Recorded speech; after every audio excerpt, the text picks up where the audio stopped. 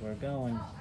Okay. All right, hey Linda, it's Dr. Bello here. So I'm gonna show you really quickly how we get the blood sugar. And like I said, after a week, if you wanna purchase the little Alpha Track glucometer, I'll tell you where you can get it. But basically we take her ear. I use a needle. It comes with a stylet, but honestly, I think the stylet's really difficult.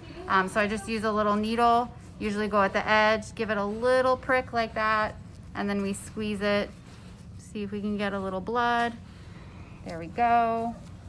And then basically the glucometer comes with a little strip that you'll stick in the little slot down here. It'll start the glucometer. It comes with a little bottle with the strips as well, and it'll tell you the dog and cat code. So for dog, it's 5. Let me just make sure it's on 5, which it is. Do I have to, okay. And then when the little blood symbol comes up, you basically just touch the strip to it. It beeps, and then you wait for the reading. It'll tell you what the blood sugar is. 320, so that's great.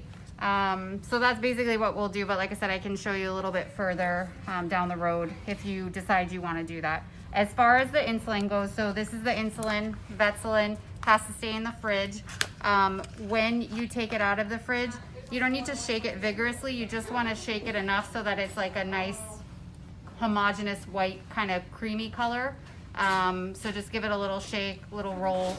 And then the insulin syringes we're sending you with are U40. So they come like this in the package. When you take the syringe out, you're gonna remove this little stopper here down at the bottom. So here's one that's already pulled up. So this little thing just pops off. And then I'm not gonna give her the insulin because she's not due yet. So I just have saline in here, but her dose is gonna be 7 units. So I don't know if you can see the little tick marks here. The big one here is 5, so 6, 7, and you want the top of the plunger to be equal with that line. So she's gonna get 7 units. So you're basically gonna just take the bottle, take the top off, inject it into the bottle, pull it all the way up to 7. Usually you have to pull it a little bit past because you'll get an air bubble, but at the end you wanna make sure it goes right to the 7 line. Then when you give the insulin, like I mentioned before, the neck is the best place because there's a lot of extra skin here. The biggest mistake people make is sometimes they go at too like horizontal of an angle and you end up going right out the other side. So don't be afraid to poke down. The needle's really short. You're not gonna hit anything major. So just take your top off, tiny little needle, and then you just kind of grab a chunk of skin. I usually make like a little triangle to try and pull the skin up, and I take my index finger and I kind of point it down to the base of the triangle, and that's basically where I direct my needle. So I'm kind of going at a 45-degree angle right at the base.